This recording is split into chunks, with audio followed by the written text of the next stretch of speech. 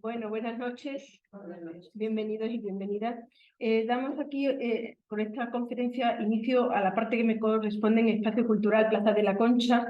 Transformado un poquito la línea que durante 2 años he desarrollado en conjunto de los compañeros. Y le llamo ahora este año Retos e Intereses en la Sociedad, pasado, presente y futuro. Pero luego pasado y presente de manera a encarar el futuro. Y mi compañero y amigo Manuel Ignacio Bermúdez Vázquez va a inaugurar esta primera conferencia, esta primera intervención. La idea es, ya tengo la segunda garantizada, la tercera también, la idea es, con cuestiones que nos interesen, reflexionar sobre ello desde el punto de vista histórico. Y la inaugura él porque ha sido pensando en lo que hemos vivido en los últimos meses, desde septiembre hasta aquí, pero yo creo que ni mejor pensada, ¿no? El título que él va a dar en esta reflexión sobre retos e intereses y en este camino de ida y vuelta, como yo digo, que es la historia, se llama La maldición de Casandra, análisis de los principales desafíos que afrontan las democracias en el siglo XXI. Brevemente, para no quitar mucho tiempo y además darle la bienvenida a ustedes al Centro Pasaje de Barcelona o de Cataluña, también que están en red, en línea, bienvenidos. Les presento el currículum, podría ser más extenso, pero voy a leer exactamente lo que él ha querido que yo lea, porque me lo ha enviado él, yo le pedí unas líneas. Lo conozco hace tantos años que fue alumno mío, o sea, yo ya soy vieja, él no. Bueno. Él es profesor titular de Filosofía, compañero y amigo en la Facultad de Filosofía y Letras de la Universidad de Córdoba. Es licenciado en la Universidad de Córdoba 2000 en Humanidades, fue el curso que yo le di clase. Licenciado en Filosofía por la UNED, 2 años después. Doctor en Filosofía por la Universidad de Córdoba en el 2005 y tiene un doctorado también en Filosofía por la Universidad de Edimburgo en el 2012, lo cual no es frecuente. Recibió el Premio Extraordinario de Licenciatura, el Premio Extraordinario de Doctorado, el de Investigación Leocadio Martín Mingorance, fue un compañero nuestro que ya falleció, y él lo tiene de 2007, y ese premio, y recientemente ha recibido el Premio Luis Rodríguez de la Cátedra Intercultural de la Universidad de Córdoba en el 2023. Sus intereses de investigación se encuentran en el área de la historia de la filosofía, el escepticismo y la teoría del conocimiento, el análisis del discurso y el debate académico. A Manuel lo conocen muchas personas porque inició y dinamizó, y creo que es el alma todavía, el aula de debate de la UCO. Entre sus publicaciones más destacadas se encuentra la segunda edición del Manual de Debate, publicado por la editorial Almuzara en el año 2019, la segunda edición de su libro Breve Historia de la Filosofía, hace un año, y su publicación más reciente es el libro Persuasión, Populismo y Pandemia, publicado por Grupo Press. Aunque él no lo ha dicho, yo sí quiero decirlo. En el 2021, él es el espíritu que ha conseguido que unas colaboraciones nuestras del proyecto de investigación estén publicadas en una editorial muy bien reconocida como Dickinson. Yo se lo quiero agradecer públicamente. Es poseedor de 3 secciones de investigación o de transferencia, cual también es un elemento muy importante a tener en cuenta. Se considera textual un profesor vocacional, eso es verdad, y dice que lleva casi 10 años dando clase en el Centro Intergeneracional, también es muy verdad. Así que somos todos oídos. Estupendo. Muchas gracias. Pues muchísimas gracias. Yo creo que, si quieres me gestiono yo, Carmina, lo que tú digas. ¿Está grabando? ¿Se puede gestionar? Si le doy así, avanza esto, ¿cómo hago para que avance la presentación? Me meto aquí y así no te mareo. ¿Qué quieres? ¿Ir pasando diapositivas? Claro, para pasarla yo sin tener que marearme. Sencillamente, Aquí. bajamos esto y sencillamente vamos a ir aquí. Que está en el otro lado. Fernando, igual tú esto lo haces más rápido que yo. ¿No? ¿Y hago así ya? Yo creo. A ver. No, hay que... Espera. Trate el ratón, que lo tenemos a la derecha. Sí. Ahí. Ahí. Él lo hará mucho mejor que yo. Vale, muchas gracias. Mira, ahí está. ¿Y avanzo? No, pero ¿cómo hago para que avance? Le tengo que dar al botón, al ratón, ¿no? Sí. Vale, hacia atrás. Vale. Bueno, antes de nada lo que quiero es dar las gracias. Porque como dice el refranero, que tiene muchas verdades, me parece a mí, es de bien nacidos ser agradecidos. Y no podría ser de otra manera porque la que fuera profesora mía, Soledad Gómez, es una mujer a la que admiro y aprecio, tanto intelectualmente como persona, es la que me ha permitido estar aquí. También quiero dar las gracias al centro que estamos aquí, a Carmina, que confía un poco ciegamente en traerme sin saber exactamente de qué pecogeo. Así que vamos a ver cómo os cuento lo que os quiero. La soledad. Eso. Gracias. Soledad me dio clase a mí en 1997, o sea que yo ya peino canas, pero es porque ella fue una formidable profesora que tengo que poner sobre la mesa, y luego además es una mujer muy generosa porque ayuda mucho a las personas que están a su alrededor. Y eso, desde mi punto de vista, y quiero que quede bien claro, es un modelo de autoridad bien entendida, porque la palabra autoridad es una palabra que a día de hoy tiene una vitola negativa, pero etimológicamente hablando es una maravilla.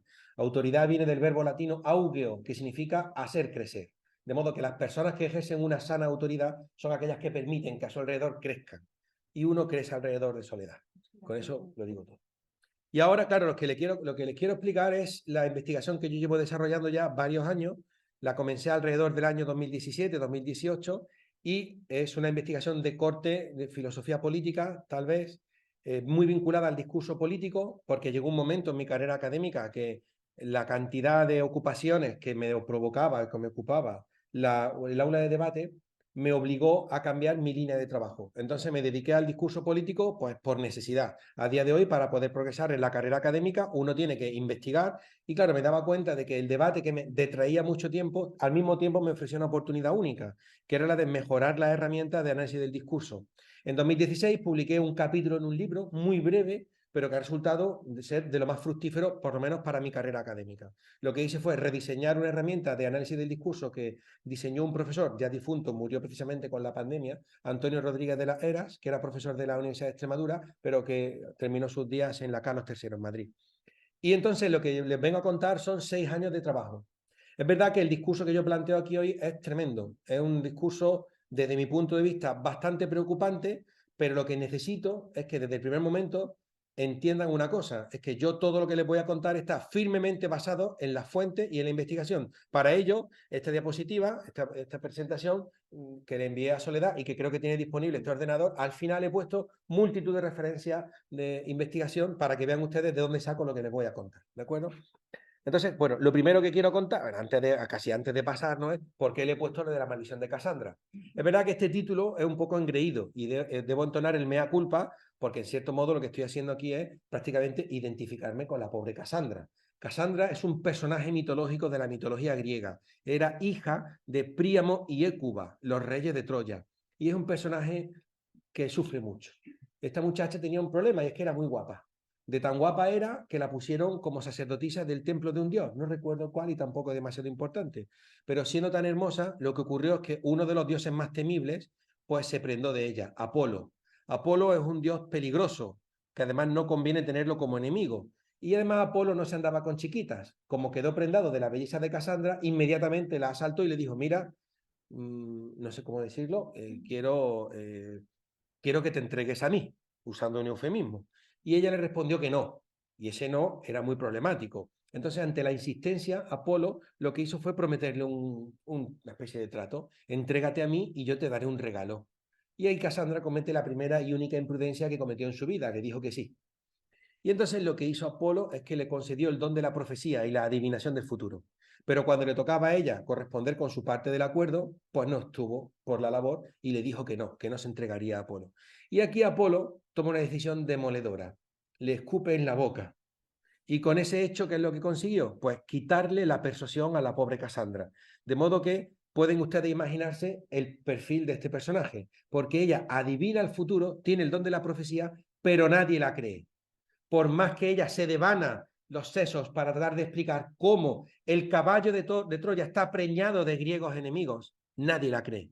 Por más que advierte de que los griegos van a salir de la barriga del caballo, van a matar a su padre y van a esclavizar a su madre, matarán a sus hermanos y nadie la cree. Ella misma ve la violación a que va a ser sometida al pie de la escultura de Zeus y nadie la cree. Pero es que más allá, ella ve que va a irse obligada como esclava de Agamenón y que a Agamenón le van a partir la cabeza con un hacha nada más llegar a la ciudad, de mano de su mujer Clitemnestra y del amante de esta, Egisto.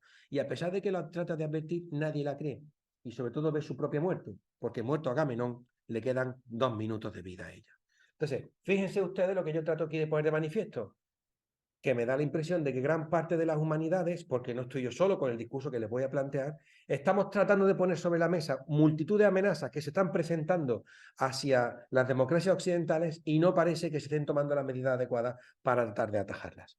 ¿Están ustedes preparados entonces? Pues comenzamos. comenzamos. Miren, las pequeñas frases que suelo colocar en la parte de arriba de las diapositivas no son baladíes.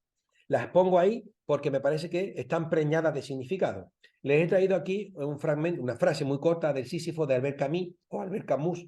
Yo tengo otros compañeros que prefieren que lo pronunciamos a la española, de la misma manera que pronunciamos Descartes y no Descartes, como prefieran ustedes. Yo le voy a decir hoy, pues Camus, si quieren. Albert Camus, que es un pensador y escritor francés que a mí me parece interesante, un hombre además que fue muy agradecido, tiene un texto muy bonito de una carta que le dedicó a su maestro después de haber recogido el premio Nobel, que les recomiendo que lo lean porque permite a uno, en cierto modo, ver lo valioso de la persona que había detrás del premio Nobel, ¿no? Bueno, pues Albert Camus en el Sísifo, que es una obra que se puede recomendar, dice lo siguiente: la primera operación mental es distinguir lo verdadero de lo falso. ¿Por qué coloco esta afirmación de Camus como pórtico de la presentación de hoy? Porque la impresión que me causa a mí es que esta afirmación está siendo sometida a un desafío por parte de 5 elementos, son 6, pero uno lo he puesto junto, 5 elementos que me parece que son auténticos desafíos, auténticas amenazas que se desarrollan en el siglo XXI.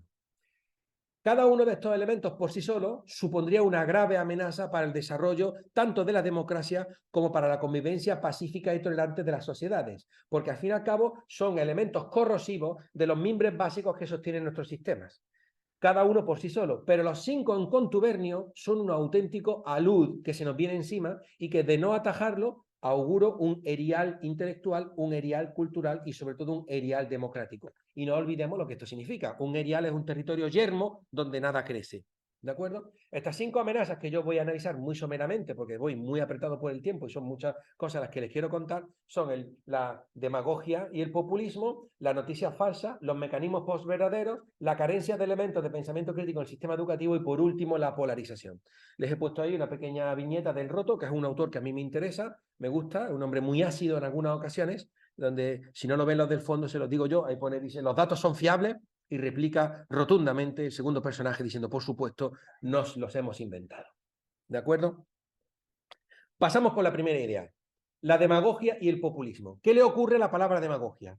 A la palabra demagogia le está pasando lo que a muchas otras palabras que están muy empleadas, como por ejemplo a la palabra diálogo. Pero bueno, la palabra demagogia parece que estuviera prostituida, porque como la emplea todo el mundo a prisa y corriendo, sin reflexionar sobre lo que significa, se utiliza como un insulto de una forma irreflexiva. ¿Qué es lo que propongo yo? Emplear el método filosófico, que para esto tiene multitud de herramientas, y propongo explicar su origen etimológico. La palabra demagogia es una palabra de origen griego que tiene 2 elementos principales. Tiene un sustantivo demos, que significa pueblo, y un verbo ago, que significa conducir. Ergo, demagogia, etimológicamente hablando, significa conducir al pueblo. A mí, la imagen que siempre me suscita cuando explico la etimología de esta palabra es la de un pastor que va pastoreando al rebaño para llevarlo al redil que más le conviene, ¿de acuerdo? La primera vez en la historia de la humanidad que aparece la palabra demagogia es en una comedia de Aristófanes que se titula Los Caballeros, si no recuerdo mal, publicada o escrita, representada en el año 425 a.C.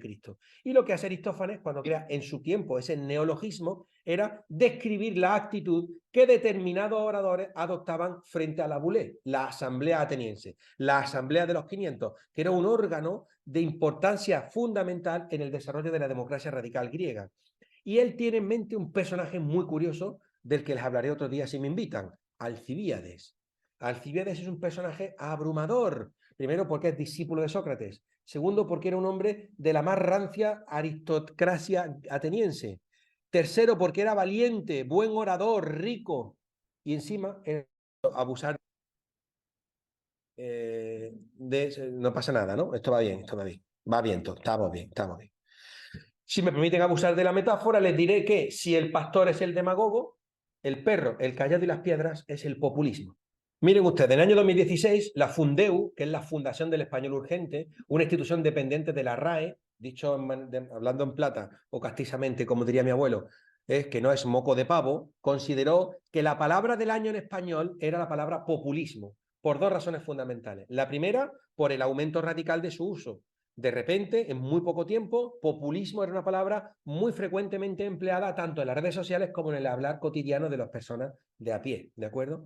Y la segunda razón por la cual consideraron que la palabra más importante del año 2016 en español era populismo era porque estaba sufriendo un cambio semántico, un cambio de significado. Si ustedes hacen el ejercicio verán que es muy interesante, vayan a sus casas y si tienen algún diccionario del año 2006 de la Real Academia, y buscan la palabra populismo, verán que la acepción principal es algo así, y permítanme que parafrasee con poca precisión, más o menos que dice así: populismo, doctrina política que consiste en granjearse el apoyo de las clases populares. Eso no es una palabra peyorativa.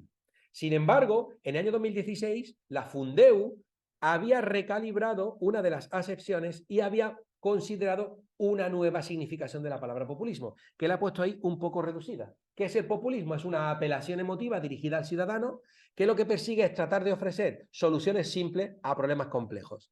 Piensen una cosa, la primera vez en esta charla que vamos a hablar de apelación emotiva es ahora. Vamos a utilizarlo como un leitmotiv. Verán que se repetirá a lo largo de los próximos minutos porque la apelación emotiva se ha convertido no solo en el leitmotiv de la charla, sino en uno de los elementos principales de la técnica comunicativa y de la estrategia de persuasión que se emplea en el ámbito público, en el ámbito político, en el ámbito del marketing, etcétera, etcétera, como iremos viendo.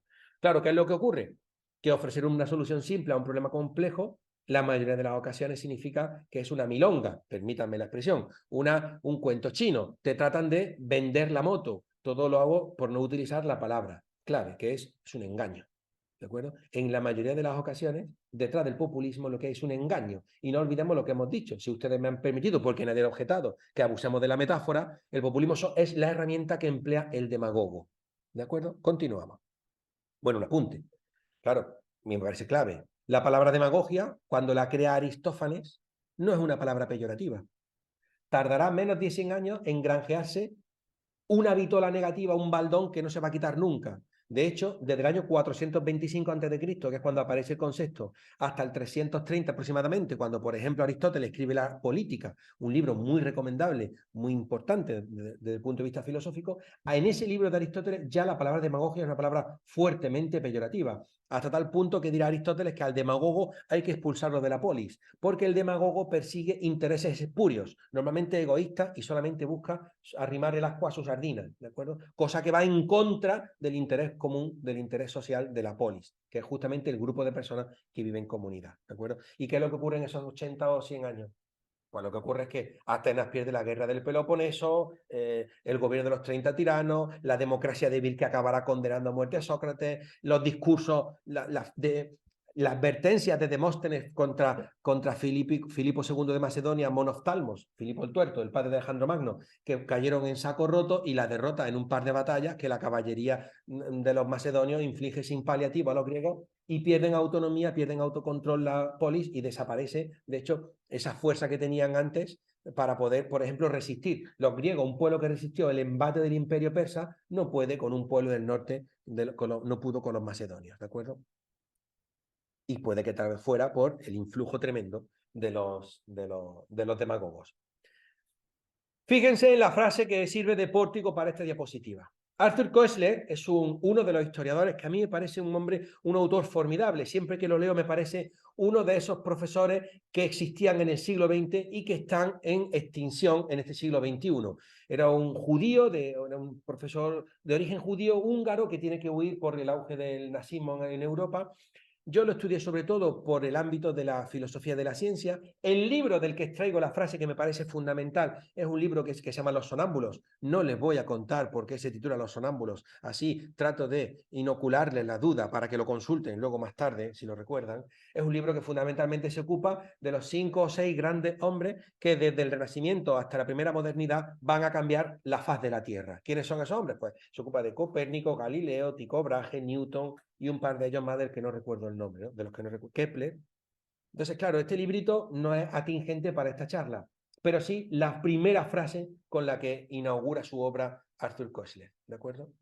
Fíjense que a mí me da la impresión de que algunas de las obras más geniales de la humanidad, de la historia de la humanidad, tienen una primera frase que resulta demoledora, que es como el umbral que uno va a cruzar antes de enfrentarse al contenido, ¿no? Pues Koestler dice una cosa que me parece rotunda. Dice, podemos incrementar nuestro conocimiento, pero no podemos disminuirlo.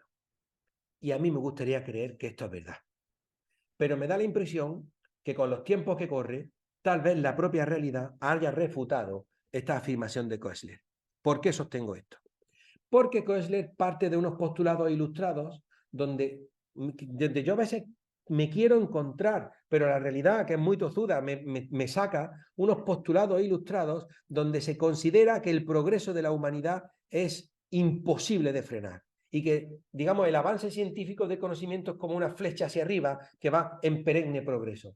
Pero claro, menos mal que Koestler está muerto, porque si levantara la cabeza y viera los colectivos de terraplanistas, de antivacunas, o por ejemplo, los negacionistas del cambio climático contra toda evidencia empírica, nos daríamos cuenta de que tal vez eso que pensamos que solo puede aumentar, que es el conocimiento, pues sí que puede disminuir. Yo, como soy profesor de filosofía, no, y menos teniendo delante a una catedrática en historia, no me atrevo a aventurarme por los derroteros complejos que esa disciplina sostiene, ¿no? Pero, de hecho, me da la impresión de que, por ejemplo, tal vez hubo algún retroceso histórico muy conocido, tal vez la Edad Media respecto a periodos anteriores, y entonces eso vendría también a poner en duda con rotundidad, o sea, que sea demasiado rotunda esta afirmación de Koestler, ¿no? ¿Y a dónde quiero llegar con esto? Pues partiendo de la premisa de que no sabemos, o yo no estoy muy seguro de si realmente el conocimiento solo puede aumentar y nunca puede disminuir, tenemos que hablar de un elemento clave, y son las noticias falsas. La Unión Europea está francamente preocupada por el auge de las noticias falsas en nuestro continente, por varios motivos, porque por cuestiones de geoestrategia, de geopolítica, Europa está en la diana de multitud de rivales y enemigos, que no es lo mismo un rival que un enemigo, ¿de acuerdo? Tanto Estados Unidos como Rusia como China utilizan todos los dardos que pueden para amedrentar y para tratar de subvertir el statu quo de la Unión Europea. Y de ahí que haya injerencias constantes desde el independentismo catalán, con los escoceses, incluso con los corsos, con el auge de la extrema derecha en Alemania, donde aparecen potencias extranjeras que inoculan con mucha habilidad este tipo de noticias falsas. Y desde el año 2017 la Unión Europea viene publicando un libro al año donde trata de advertir a la ciudadanía europea de estas amenazas. Y de ahí extraigo parte de los datos que les voy a contar. Desde el año pasado, 2022, más de la mitad de las noticias que circulan por la red son noticias falsas. Si eso lo vinculamos a que un porcentaje cada vez más importante de la ciudadanía va a informarse exclusivamente a través de las redes sociales o de Internet, ¿eso qué significa? Pues que un porcentaje cada vez más elevado de la población va a beber de una fuente emponzoñada, una fuente envenenada que está plagada de mentiras y de manipulación, lo cual nos pone en un brete a todos. ¿Por qué? Porque además, como veremos en el cuarto punto que yo trato de poner hoy sobre la mesa, estamos carentes de elementos de pensamiento crítico que nos permitan sostener mínimamente una defensa frente a ese discurso. Me van a permitir un pequeño paréntesis. Fíjense, durante los 9 años que existió el aula de debate, que fue muy exitosa, de hecho 4 de mis alumnos fueron subcampeones del mundo, es verdad que nunca fuimos campeones, pero fuimos subcampeones, dimos con la tecla del método que había que practicar, porque nosotros lo que hacíamos era aunar teoría con mucha práctica, utilizábamos a Aristóteles, a Cicerón y a Quintiliano, transformados en ejemplos contemporáneos y luego con una evidente fuerza retórica y comunicativa. Bueno, pues yo me percaté que cuando se hizo Vox Populi, la enorme importancia que la voz y que la palabra tiene a la hora de poder ser persuasivo, pues venían muchos alumnos en septiembre a tocar la puerta del aula de debate. Y todos venían con una idea. Querían una espada metafórica. ¿Qué es lo que perseguían? Perseguían el piquito de oro. La capacidad de ser convincente y persuasivo, eso lo quería todo el mundo. Y sin embargo, la inmensa mayoría de los alumnos del aula de debate no se quedaban por la espada, se quedaban por el escudo, que es aún más valioso. El escudo era la habilidad de desarrollo de pensamiento crítico, que suponía una primera línea de defensa frente al discurso parcial, sesgado y tendencioso que cada vez es más frecuente en nuestro tiempo. Curiosamente, por lo que no venían era por lo que se quedaban. Y eso es lo que yo quiero poner sobre la mesa, que ante la carencia de discursos que tengan un buen sostén, por ejemplo, en el ámbito de la veracidad, nosotros además no tenemos las herramientas para distinguirlos. ¿Por qué? Pues porque, con cuestiones que veremos más adelante, hemos procurado desarmar a la ciudadanía de los elementos clave que nos permitan distinguir lo verdadero de lo falso, que es la primera frase de Albert Camus con la que hemos empezado la charla de hoy. Claro, a mí me gustaría poner sobre la mesa que decía Koestler, hombre, el conocimiento solo puede aumentar y sin embargo existen centenares de padres y madres de familia en Norteamérica que organizan las famosas fiestas del sarampión, a donde llevan a sus hijos sin vacunar para que se infecten de sarampión unos de otros, porque encajan dentro del perfil de aquellas personas que consideran que las vacunas o son un intento de manipulación del gobierno o son ineficaces. Me parece una irresponsabilidad de tal calibre que ni siquiera se me ocurre el término con el que definirla. ¿Por qué? Porque el sarampión es una enfermedad que puede resultar peligrosa y que uno ponga en riesgo la vida de sus propios hijos dando pábulos discursos que son anticientíficos y que son estúpidos y erróneos, me pone de los nervios. Por no hablar de que el ejército de los antivacunas, por ejemplo, de los terraplanistas, ya son millones de personas. Aquellos individuos que piensan que la Tierra es plana y que el que diga lo contrario nos trata de engañar. Me mira con cara de sorpresa Carmina, pero quiero que sepan que esa es una realidad. Sin ir más lejos, justo antes de la pandemia, un famoso jugador de baloncesto, después de dar en la NBA, después de machacar el aro y marcar un enorme punto, se dirigió a la cámara para decir que la Tierra era plana. Imagínense a qué nivel estamos llegando, ¿de acuerdo? ¿A qué nivel? Porque eso además niega la propia evidencia empírica, es como negar la propia realidad. Y me voy a saltar, por mor de la premura, que la premura se me echa encima el tiempo, me voy a saltar el ejemplo de Donald Trump y los hechos alternativos, o me voy a saltar también la última secta que he conocido en Internet que me parece pavorosa, es de aquellos que niegan que hayan existido nunca los dinosaurios. Dicen que los dinosaurios son creaciones de los estados para mantenernos divertidos a la población, porque con la configuración anatómica que le dan en esa supuesta invención, nunca podrían haber copulado y por lo tanto nunca podrían haberse reproducido. Por lo tanto, según ellos, los dinosaurios nunca existieron. Bueno. Tal vez Koestler estaba equivocado. Continúo. Bueno, me voy a saltar unas cuantas cosas.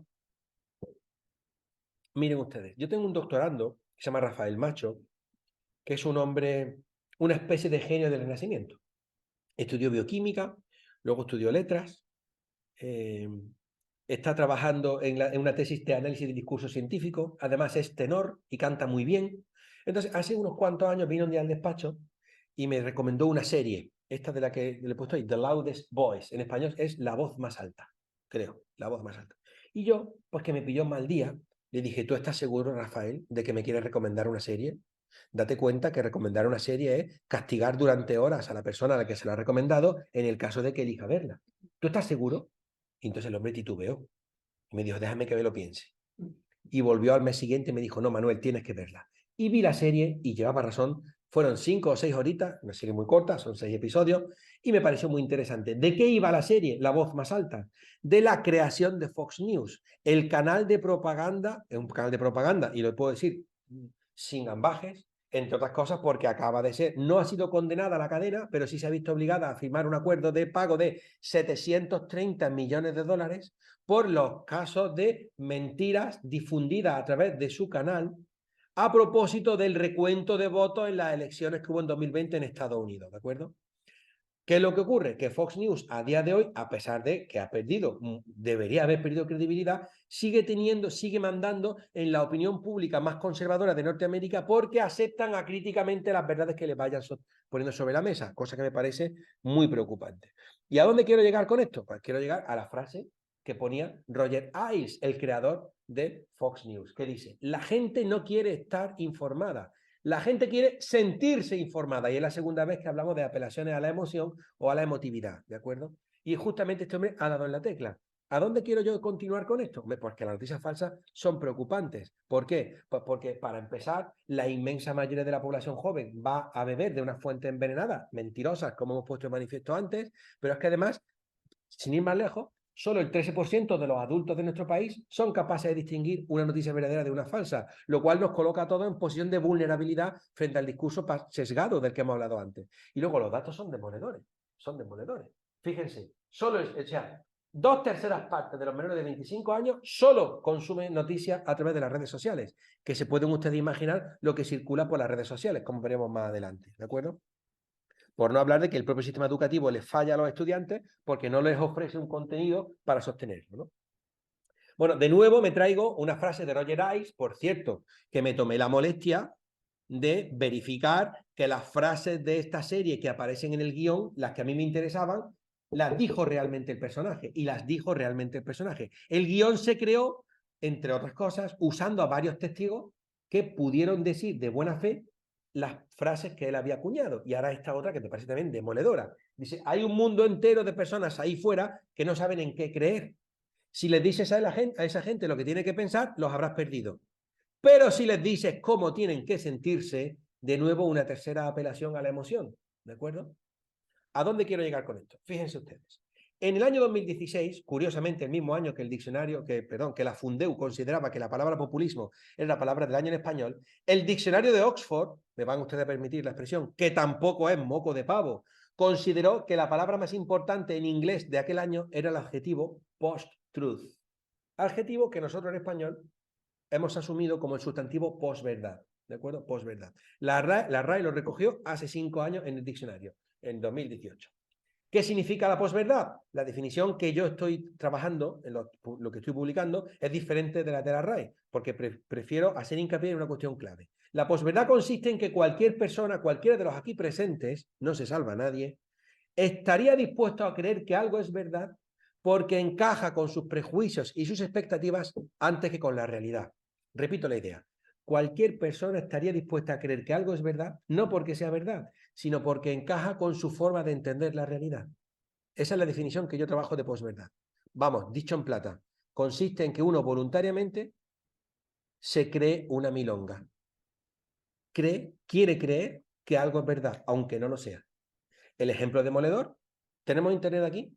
Sí. Pero como no quiero perder tiempo, se lo van a tener que imaginar.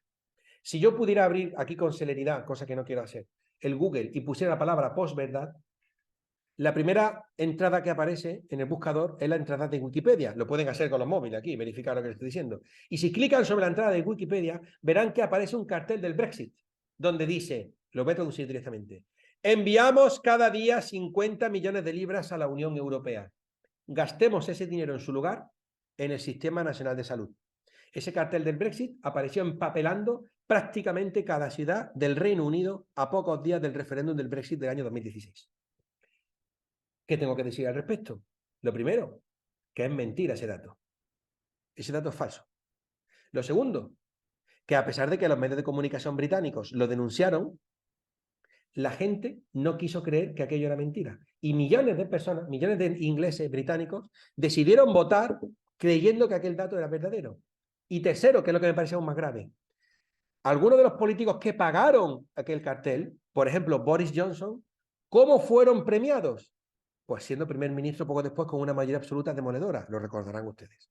O sea, y aquí viene una de las primeras denuncias que la voy a repetir varias veces. La ciudadanía no penaliza electoralmente el empleo de la mentira como herramienta política, lo cual es inaudito. Inaudito, eso, inaudito. Y lo que no puedo olvidar. Bueno, y me van a permitir, voy a abusar un poco del tiempo, a lo mejor necesito 5 minutillos más. En septiembre del año 2017 volvía yo en el coche del Tribunal de Selectividad que me había tocado dirigir, que creo que fue el de Lucena. Llevé mis exámenes puestos en el asiento del copiloto y puse Radio Nacional. Todo noticias. ¿Y qué escuché? Un debate en el Senado donde un senador de la extinta Convergencia y Unión tomó la palabra y dijo: cada día parte un tren AVE de Barcelona a Madrid con 30 millones de euros. Dinero que se queda al Estado español. España nos roba. ¿No ven ustedes la analogía con el cartel del Brexit? Es idéntico. Ahora, ¿hubo acaso algún senador que le replicara con coherencia? Ninguno. Hubo simplemente unos ataques ad hominem y se perdieron en las apelaciones emotivas y los insultos. ¿Qué es lo que desde mi punto de vista tendría que haber hecho un senador que aplicara mínimamente el pensamiento crítico o la argumentación? Tendría que haber dicho: señor, eso que usted dice es inexacto, por no decir falso. ¿Por qué? Primero, porque esa cantidad de impuestos que genera la ciudad de Barcelona se genera por cuanto hay un statu quo concreto con Cataluña dentro de España y España dentro de la Unión Europea. Otro gallo muy diferente cantaría en el caso de ser diferente la situación.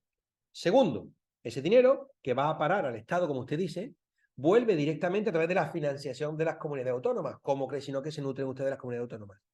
Y tercero, el resto queda en la inversión directa del Estado, porque el Estado sigue teniendo algún poder en las comunidades autónomas y puertos, aeropuertos y otras inversiones que son de corte estatal se pagan con ese dinero. Así que no sea usted falaz ni demagogo. Pero ningún político le respondió a un nivel racional. ¿Me explico? De nuevo con apelaciones emotivas.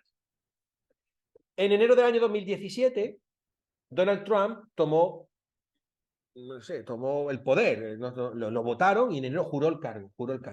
Desde aquel momento, 3 grandes y prestigiosos medios de comunicación norteamericanos le declararon la guerra también metafóricamente hablando, el Washington Post, el New York Times y la revista Time. ¿Y por qué le declararon la guerra? Pues porque Donald Trump, lo podemos decir sin que nos vayan a demandar, es un mentiroso. La propia Asociación de Psiquiatría Norteamericana, en una actuación sin precedentes, publicó en la prensa, pocos años después de llevar un tiempo ya en la Casa Blanca Donald Trump, publicó un artículo donde decía que Donald Trump reunía todos los, digamos, ¿cómo se dice? Todos los ingredientes para ser considerado un mitómano. La mitomanía es, el mitómano es el mentiroso compulsivo. Mithos, entre otras cosas en griego, significa mentira. De modo que el mitómano es aquel individuo que no puede resistirse a mentir constantemente. ¿Y a qué pruebas? Y en las pruebas me remito. ¿A qué pruebas nos remitimos? Pues estos 3 medios de comunicación norteamericanos les hicieron un seguimiento minucioso a las declaraciones de Donald Trump. Y dedicaron tiempo, recursos, periodistas a seguir las declaraciones de Donald Trump. En los 4 años que Donald Trump estuvo al frente de la Casa Blanca, dijo 10.000 mentiras, señoras y señores. 10.000 mentiras que están al acceso gratuito de cualquier persona que las quiera configurar, las quiera comprobar. Porque es verdad que los periódicos son de pago, pero la página de fiscalización de las mentiras de Trump es de acceso gratuito. Ustedes podrán comprobar hasta qué punto están verificadas esas mentiras. Hagan ustedes el cálculo conmigo. ¿Cuántos días tienen 4 años? 1.500 o menos. ¿Cuántas mentiras se dice al día si dicen 4 años 10.000 mentiras? Me salen 8 o 9, ¿no? No les digo más nada. Yo creo que los datos hablan por sí solos. ¿De acuerdo? Bueno, y un último apunte. Donald Trump en 2020 recibió 12 millones y medio de votos más que en 2016. De modo, ponemos de nuevo de manifiesto la debilidad de esta ciudadanía carente de elementos de pensamiento crítico. ¿Por qué? Entre otras cosas, porque no se penalizó el empleo de la mentira como herramienta política. Me salto la frase de Aristóteles y voy directo al meollo. El concepto griego de idiotés. Disculpen ustedes la pedantería de haberlo puesto ahí mal escrito, además en griego. Tenía que haberlo puesto transcrito al español, ¿de acuerdo? Mirad, ¿qué es un idiotés? En el mundo griego, un idiotés era una persona que no participaba de los asuntos públicos de la polis, que no acudía a la asamblea, que no quería participar de los sorteos de las magistraturas, que vivía exclusivamente volcado a sus intereses particulares e individuales y no le interesaba nada de lo que ocurriera fuera de su casa o de su negocio. Un idiotés era la carcoma de la democracia. Y si ustedes me apuran, yo les diría que fue el aumento paulatino del número de idiotés en el mundo griego el que debilitó la resistencia contra los macedonios. Porque cuando el pueblo griego creía en sus respectivos sistemas, pudo resistir a los persas, pero no pudo resistir al ejército macedonio cuando ya nadie creía en sus respectivos modelos. ¿Me he explicado? Bien. Claro, ¿y a dónde queda la clave? Pues la clave queda que hay que entonar el mea culpa. ¿Cuántos de los aquí presentes y sobre todo cuántos de los que no están aquí encajan en la definición de idiotez que da el mundo griego? Muchas personas.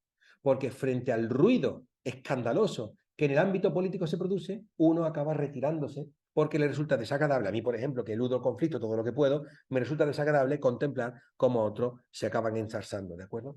Y el panem et circenses me lo salto evidentemente por obvio y por conocido. Y esto me lo va a saltar entero, porque les traía aquí, claro, digamos que, fíjense, entre publicar a día de hoy resulta cada vez más difícil porque el mundo académico está plagado de dificultades, ¿de acuerdo? De dificultades. Pero he recibido, curiosamente, y además imagino que Soledad estará acostumbrada a otras cuestiones, pero he recibido elogios por parte de compañeros que me han sorprendido, porque en los últimos años yo he ofrecido como origen de esta situación, por ejemplo, el origen de la posverdad, a la que yo llamo mecanismos posverdaderos, por respetar el origen del término en inglés, que es un adjetivo, no olvidemos. Pues claro, en lugar de hablar de lo que la inmensa mayoría de mis colegas hablan, que estaría en la posmodernidad, el origen de la posverdad, yo lo retrotraigo a la escuela de Frankfurt, ¿de acuerdo? Pero esto me lo voy a saltar. Me lo voy a saltar porque es largo, porque no prefiero dedicarle tiempo a otras cosas que estoy a punto de llegar. Pero claro, ¿a dónde quiero llegar con esto? Pues que de los polvos que han producido estos lodos vienen de Nietzsche, de la escuela de Frankfurt y del discurso postmoderno.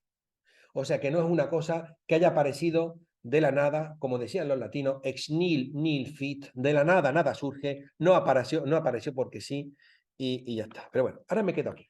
Fíjense que este es uno de los puntos clave donde quiero, por lo menos, ya que no dedicar mucho tiempo, porque me comprometí a estar hablando 45 minutos y ya llevo 10. Es broma, llevo mucho más de 10. Pero es el que más me interesa a mí. Miren, yo empecé de la siguiente manera. En gran parte de los países de la Unión Europea, y de hecho en gran parte de los países occidentales, todas las humanidades llevan siendo perseguidas en el ámbito educativo desde hace 30 o 40 años. Disciplinas como la filosofía, la historia, la literatura o la música están o desapareciendo o viendo sustancialmente reducida su presencia en el currículo educativo, tanto de secundaria como de bachillerato. El caso español es el caso paradigmático. Yo tengo 45 años, nací en 1978. En mi periodo vital ha habido 8 o 9 leyes educativas diferentes, lo cual significa que la más profunda desorientación reina en el ámbito educativo. Los pedagogos te dicen una única cosa en la que se ponen de acuerdo, que para que un modelo educativo funcione, tiene que perpetuarse en el tiempo, no perpetuarse, prolongarse en el tiempo, perdón. Si nosotros cada 5 años, que es lo que me sale de media, cada 5 o 6 años, coartamos esa posibilidad y promulgamos una ley nueva, provocamos desconcierto y desorientación. Más allá, si vamos haciendo lo que está ocurriendo. Por ejemplo, disciplinas como la filosofía, cada vez más capítulos disminuidas. Asignaturas como la ética, desaparecidas del panorama de la ESO. Por ejemplo, sin ir más lejos, la asignatura que hay ahora, la de valores, es una asignatura que se da en cuarto de la ESO y que es una cosa muy ambigua, porque en un momento como el actual la ética es más necesaria que nunca. Y nosotros detraemos de ese recurso, se lo detraemos a los futuros ciudadanos, que son los chavales que con 14 y 15 años más referencias éticas necesitan, porque se está produciendo ahora un cambio radical de los valores que se dan en el aula. Por eso ahora los malos, los que son acosadores, son los que son imitados en el grupo, ¿de acuerdo? ¿Qué quiero decir con todo esto? Pues mira, hay un informe del año 2019 de la UNESCO que dice que 1 de cada 3 menores de 30 años ha sufrido algún tipo de acoso, ya sea acoso físico, verbal o sexual. Eso es demoledor. Porque claro, eso significaría que si nosotros fuéramos el corpus de un instituto, pues 1/3 estaría siendo acosado por los 2/3 restantes. Con lo que eso supone para la convivencia pacífica dentro del aula, que se va deteriorando paulatinamente. ¿Y qué quiero decir yo con esto? Pues que yo tengo una intuición. Miren, conforme hay una cosa que comprobamos empíricamente en el aula de debate, y es que había una mejora radical del rendimiento académico. Si un estudiante de cualquier grado de la UCO llegaba en septiembre al aula de debate y tenía un 7 de media, en los exámenes de febrero conseguía un 8 de media.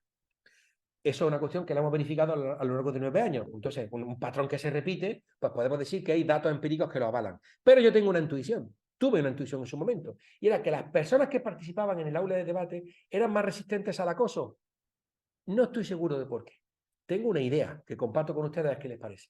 Y es que cuando una persona sabe usar medianamente la palabra, en el momento en el que le pegan, le insultan o intentan meterle mano, se defiende y dice, pero ¿tú quién te crees que eres? No me toques, no me insultes, no me metas mano. ¿De acuerdo? Y esa primera línea de defensa, por más sutil que sea, es mejor que nada. Por eso, ¿qué quiero decir con esto? Que desde mi punto de vista, este aumento de los casos de maltrato que ha verificado la UNESCO y que, por cierto, se ha disparado a raíz de la pandemia, porque por motivos varios que no me da tiempo de desgranar, se habría podido disminuir. ¿Me explico o no? Bueno, aquí el elemento clave. En 2019, Kathleen Jordan, que es una investigadora norteamericana, publicó un artículo demoledor en una de las revistas más importantes del mundo entero. Me gustaría explicarlo con todo lujo de detalles, pero ya veo que el tiempo me aprieta. Voy a intentar hacer las dos cosas. Ir rápido y contar los detalles. El origen fue que la universidad en la que ella trabajaba, una prestigiosa universidad norteamericana, había comprado un superordenador. Se habían gastado 2 millones de dólares. Y como era una universidad racional, lo que hicieron fue repartir el tiempo de uso del superordenador entre los distintos departamentos. De modo que ella supo, con meses de antelación, cuándo le correspondían los 4 o 5 días que tenía para manejar el superordenador. ¿Y qué es lo que hizo? Pues con su equipo de trabajo recopiló todos los discursos de los parlamentos anglosajones desde el siglo XIX. Reino Unido, Irlanda, Canadá, Estados Unidos, Sudáfrica, que aunque no sean anglosajones, son angloparlantes, Australia, Nueva Zelanda, etcétera, ¿de acuerdo? Y los metieron ahí. 2 millones de artículos del New York Times, 6.000 guiones cinematográficos, miles y miles de novelas, y lo metieron y elaboraron un algoritmo de análisis muy sencillo, donde medían la corrección gramatical, la riqueza de vocabulario, la corrección sintáctica, la longitud de las oraciones, si había oraciones compuestas u oraciones simples, y ahora cuando les tocó su tiempo de análisis, le metieron todos esos datos con el algoritmo y le dieron al botón. ¿Y qué resultado les dio? El resultado que les dio fue demoledor, que en el último siglo y medio solo hay una disminución radical del nivel del discurso político. Y ponen como ejemplo a Abraham Lincoln. Abraham Lincoln, cuando hablaba, se dirigía a un auditorio de personas de 23 años. Dicho de otro modo, había que tener 23 años para poder entender a Abraham Lincoln. Sin embargo, Donald Trump se dirige a un público de 9 años.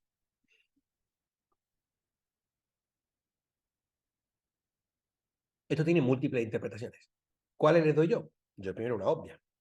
Si permitimos que desde el ámbito político se nos hable como a niños, estamos no solo siendo insultados, que eso es obvio, estamos dando un paso atrás respecto del ideal ilustrado que Immanuel Kant puso sobre la mesa en el siglo XVIII, que decía que había que alcanzar la mayoría de edad intelectual. Pero es que voy más allá.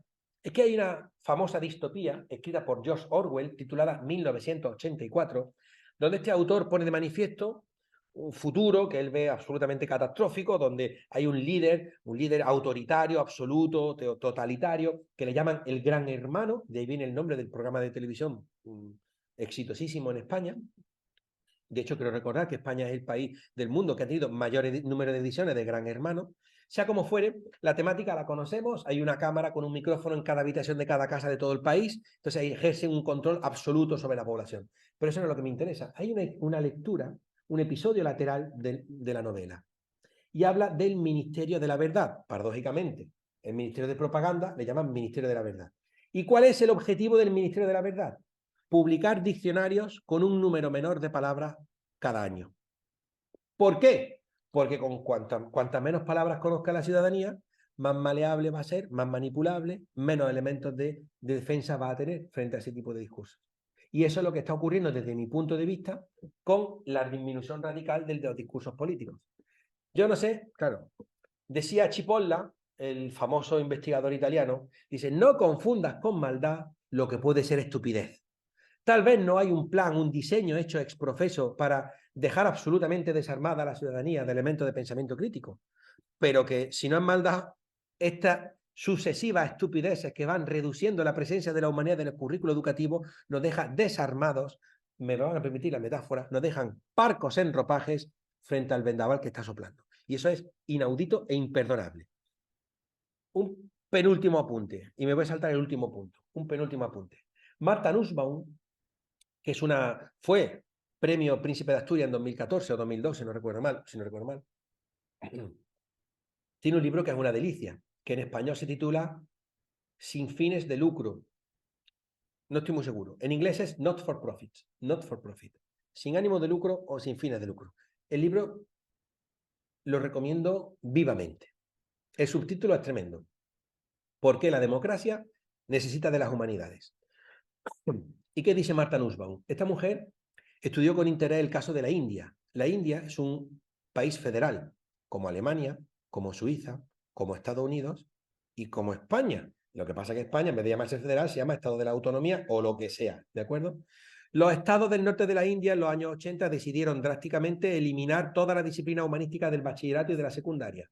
De modo que literatura, filosofía, que ellos tenían asignaturas de pensamiento, no de filosofía occidental, pero bueno, e historia desaparecieron del currículo para ser sustituidas por estadística, emprendimiento y liderazgo. Ojo, eso es lo que acaba de ocurrir con la última reforma educativa, la LOMLOE.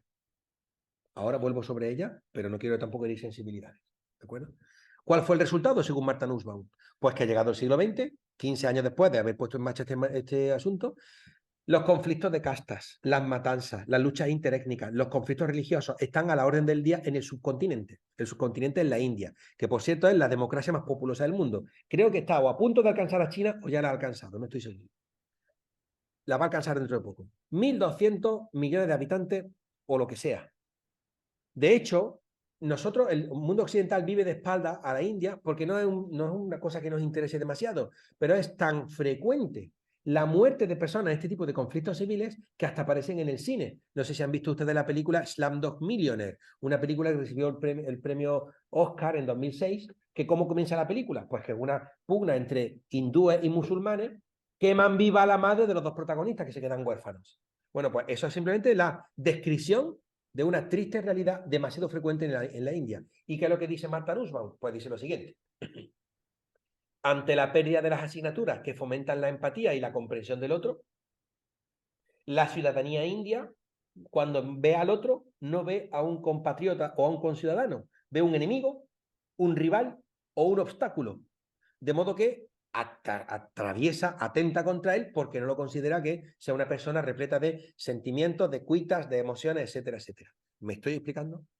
Bueno, pues el modelo hindú es el modelo que la Unión Europea incorporó desde el año 1999, etcétera, etcétera, etcétera. ¿Me he explicado? Bien. Me salto la polarización porque es demasiado largo y porque es demasiado obvio. Me gustaría haberme detenido en estas características de la polarización, sobre todo en el aumento exagerado de la percepción del conflicto, sobre todo el riesgo que viene aparejado a la polarización de conflicto social, conflictividad social y de además, sobre todo a largo plazo, de la mínima convivencia y tolerancia que debería requerir nuestro sistema. Y ahora concluyo con dos ideas, ¿de acuerdo? La primera, les traigo esta famosa frase de Oscar Wilde, que yo la pongo aquí, pero me pone un poco triste, porque si es verdad lo que dice, estamos absolutamente perdidos, ¿no? Decía Oscar Wilde, los argumentos no convencen a nadie. Espero que esto no sea así. Y luego les traigo una mucho más española, la de Goya. Miren, justo en febrero de 2020, yo termino en 2 minutos, en febrero de 2020 yo estaba dando un ciclo de conferencias en Aragón, en institutos y centros de profesorado, porque hablábamos sobre la importancia del debate. Entonces, cuando me alojé en Zaragoza, resulta que al lado de mi hotel habían abierto pocos años antes el museo de Goya, un museo pequeñito, muy manerito, y me encantó. Y entonces entré y lo vi y me quedé estupefacto porque había réplicas de todos los grabados de Goya. Y que me llevaba persiguiendo desde mi infancia, porque este grabado todos lo hemos tenido en la EGB, lo vi yo, en mi libro de historia. Entonces, recuerden el grabado. Ahí pone, el sueño de la razón produce monstruos. La frase es ambigua. Ambigua, obviamente, porque puede significar que al dormirse la razón aparecen los monstruos o estando la razón dormida sueña con monstruos. ¿Queda clara la idea? Pues allí resulta que en el Museo de Zaragoza de Goya encuentro del puño y letra del artista la explicación del mismo. Y fíjense lo que quiere decir Goya. Cuando los hombres no oyen el grito de la razón, todo se vuelve visiones. Muchas gracias.